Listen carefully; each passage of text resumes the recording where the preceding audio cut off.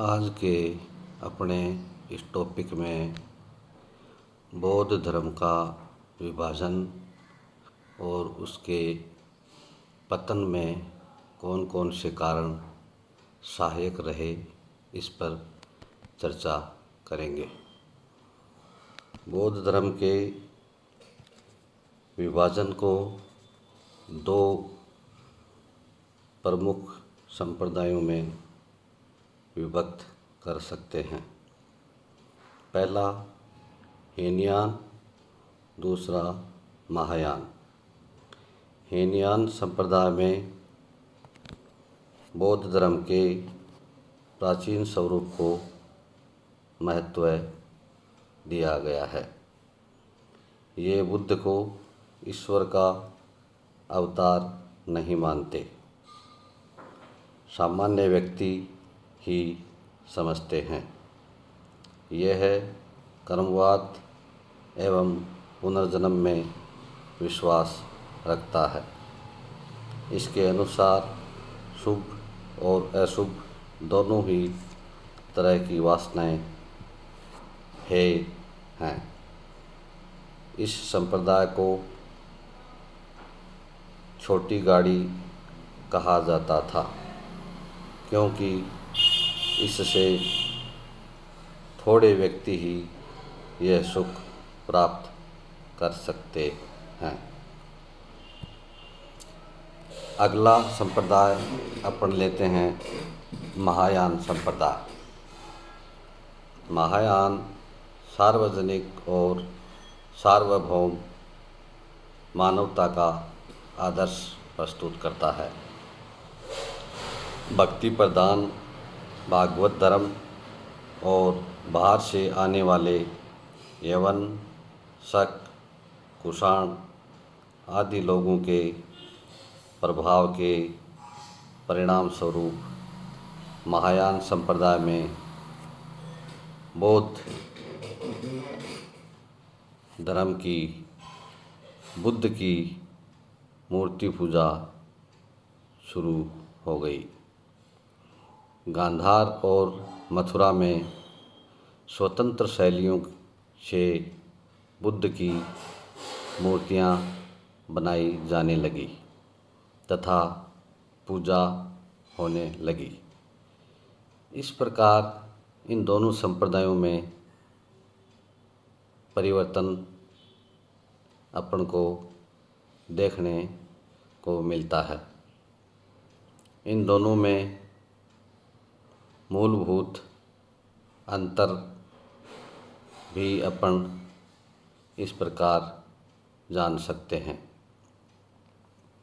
मूर्ति पूजा के क्षेत्र में हीनयान संप्रदायी बुद्ध को महान मानते व प्रतिमा बनाकर पूजने के खिलाफ थे, जबकि महायानी बुद्ध को देवता मानने लगे व प्रतिमा की पूजा भी करने लगे। इनके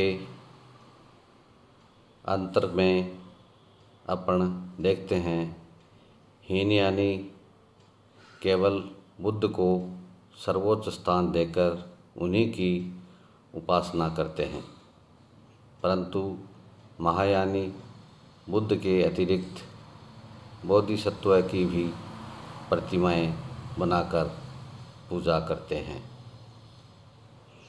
हीनयान की साधना पद्धति कठोर है, जबकि महायान के सिद्धांत सरल और सर्वसाधारण के लिए सुलभ हैं। हीनयान गृहस्थ जीवन को हेय समझता है, जबकि महायान गृहस्थ जीवन को महत्वपूर्ण समझता है। इसी प्रकार अपन देखते हैं कि हीनयान के सब ग्रंथ पाली भाषा में हैं, जबकि महायान के बहुत से ग्रंथ संस्कृत में लिखे गए हैं। हीनयान व्यक्तिवादी धर्म है, जबकि महायान में परसेवा तथा परोपकार पर बल दिया गया है। इस प्रकार अपन हीनयान और महायान दो संप्रदायों में विभक्त हुए बौद्ध धर्म के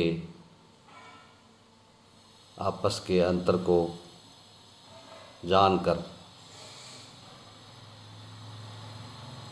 इसके उत्थान के कारणों के साथ ही पतन को भी अंकित कर सकते हैं। जिस प्रकार बौद्ध धर्म का उत्थान बड़ी गति से हुआ, जिसके लिए कई कारण रहे, जिनमें वैदिक धर्म की जटिलता, बुद्ध का प्रभावशाली व्यक्तित्व, बौद्ध धर्म के सरल सिद्धांत, समानता की भावना, रोचक प्रचार शैली, बौद्ध संघों का प्रभाव, बौद्ध विश्वविद्यालय, बौद्ध सभाओं का प्रभाव आदि को अपन ले सकते हैं। लेकिन जिस गति से उत्थान हुआ, उसी रूप में इसका पतन भी देखने को मिलता है और पतन के भी कई कारण रहे, जिनमें प्रमुख रूप से सम्राटों के आश्रय का अंत को लिया जा सकता है। मौर्य तथा कुषाणों के बाद बौद्ध धर्म को बहुत कम राज संरक्षण मिलने लगा। हर्ष व पाल वंश के अलावा किसी भी सम्राट का बाद में संरक्षण नहीं मिला, जिसके कारण ये पतन की ओर उन्मुख होने लगा। इसके बाद हिंदू धर्म का पुनरुत्थान भी होने लगा। मौर्यों के बाद हिंदू धर्म ने पुनः उन्नति करना प्रारंभ कर दिया। धीरे धीरे हिंदू धर्म राष्ट्र धर्म बनने लगा। परिणाम स्वरूप यह धर्म वापस अपनी गति पर आने के कारण बौद्ध धर्म की ओर लोगों का रुझान कम होने लगा। हिंदू धर्म में सुधार भी बहुत होने लगे या बहुत हुए, जिसके कारण भी बौद्ध धर्म पतन की ओर अग्रसर हुआ। बौद्ध धर्म का उदय हिंदू धर्म में दोषों की प्रतिक्रिया स्वरूप हुआ था। बौद्ध धर्म की वजह से ब्राह्मणों ने अपने धर्म में धीरे धीरे सुधार शुरू कर दिया, जिससे हिंदू धर्म वापस अपनी उसी स्थिति में आने लगा और बौद्ध की और रुझान लोगों का कम होने लगा। संघों में नैतिक पतन भी बौद्ध धर्म के पतन में मुख्य रूप से रहा। संघ अब पथभ्रष्ट हो गए, धर्म प्रचार से मन हट गया, भोग विलास की ओर आकृष्ट होने लगे। इन सभी के कारण बौद्ध धर्म पतन की ओर अग्रसर होने लगा। बौद्ध धर्म में विभाजन, इसकी वजह से पारस्परिक ईर्ष्या, द्वेष और प्रतिस्पर्धा ने इस धर्म को काफ़ी आघात पहुंचाया। इसके साथ ही मिथ्याडंबरों का प्रवेश भी इस धर्म में होने लगा।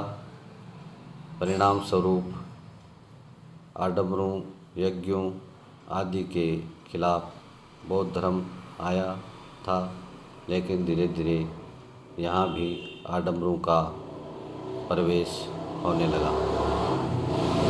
राजपूतों का उत्कर्ष। हर्ष की मृत्यु के बाद राजपूतों के स्वतंत्र राज्य स्थापित हुए। राजपूत युद्धप्रिय, मांसाहारी एवं अहिंसा में आस्था नहीं होने पर बौद्ध धर्म का पतन शुरू हुआ। इसके अलावा अपन ले सकते हैं विदेशी आक्रमणों को। शुरू में हुणों के आक्रमणों ने बौद्ध मठों व विहारों का नुकसान पहुंचाया। बाद में 11वीं-12वीं शताब्दी में मुसलमानों ने विश्वविद्यालय तक को नुकसान पहुंचाना शुरू किया। इससे भी बौद्ध धर्म को काफ़ी क्षति हुई। इसके अलावा संघ में स्त्रियों का प्रवेश होने से, भिक्षु भिक्षुणियों साथ रहने से संयम पर दुष्प्रभाव पड़ा और यह भी एक पतन का कारण रहा। इसके अलावा बौद्ध विद्वानों द्वारा संस्कृत का प्रयोग करने से बुद्ध ने अपने उपदेश पाली भाषा में दिए, लेकिन कालांतर में बौद्ध विद्वानों ने संस्कृत भाषा को अपना लिया, लेकिन जनसाधारण संस्कृत को समझने में असमर्थ थे। इस प्रकार अपन बौद्ध धर्म के पतन के लिए जो उत्तरदायी कारण रहे उनको अंगीकृत कर सकते हैं।